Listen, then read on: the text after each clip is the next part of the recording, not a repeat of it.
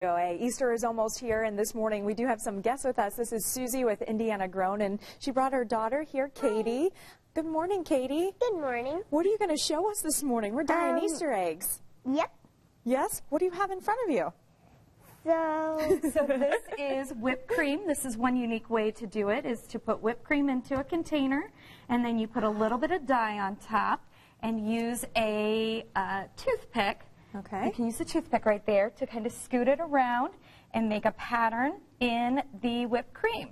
And what you do is you take your eggs, you let them sit in vinegar for about 10 to 15 minutes beforehand, and then Katie, can you show them how you swirl it around in there? Uh-huh. So put that off to the side. That there.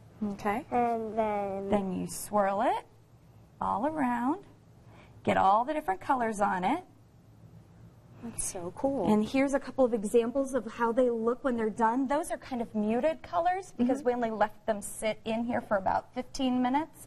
But you can take the entire pan and put it into the refrigerator and leave it for longer. And at that point, then the colors become a little bit more distinct. Let's go ahead and take these off and set this off to the I'm side. glad you used gloves, Katie. That'd be on you all day, huh? It would be, wouldn't it? Let's slide you down this way so we could see this pretty cool thing. So you have actual vegetables that you're using for the dye. Yes. So what we did here is took some different Indiana vegetables that are available this time of year. Hold on, sweetheart. So this is some spinach from like a greenhouse or whatever. And what you do is you take the different parts of the plants, take a little bit off, and actually put it into the saucepan. You cook it for about 10 to 15 minutes until all of the color has drained out, or a lot of the color has drained out. And you then take it through a strainer into the glass or into some kind of container that can handle heat. And after you do that, then you put a teaspoon of vinegar per cup of liquid. So a teaspoon, and then you just take the eggs. Katie, you want to take our little bunny things? Oh, you love those, don't you? And put it into the dye.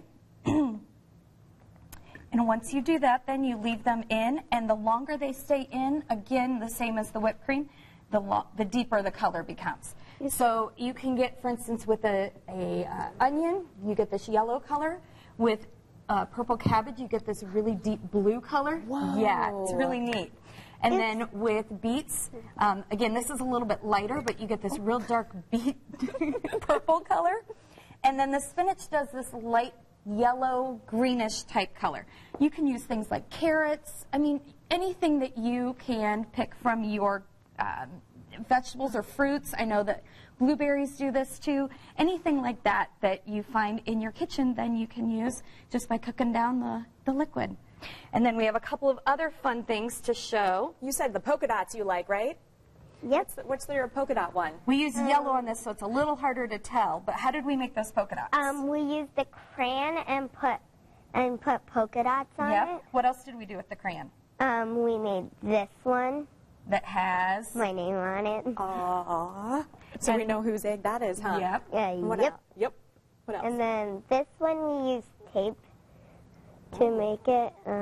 So this is electrical tape. You can just cut it down to whatever size you want, or you can wrap it around the egg, and then once you dip it into the dye, it keeps that part that had the tape on it white. So you can make little patterns. This is a little checkerboard pattern that she did.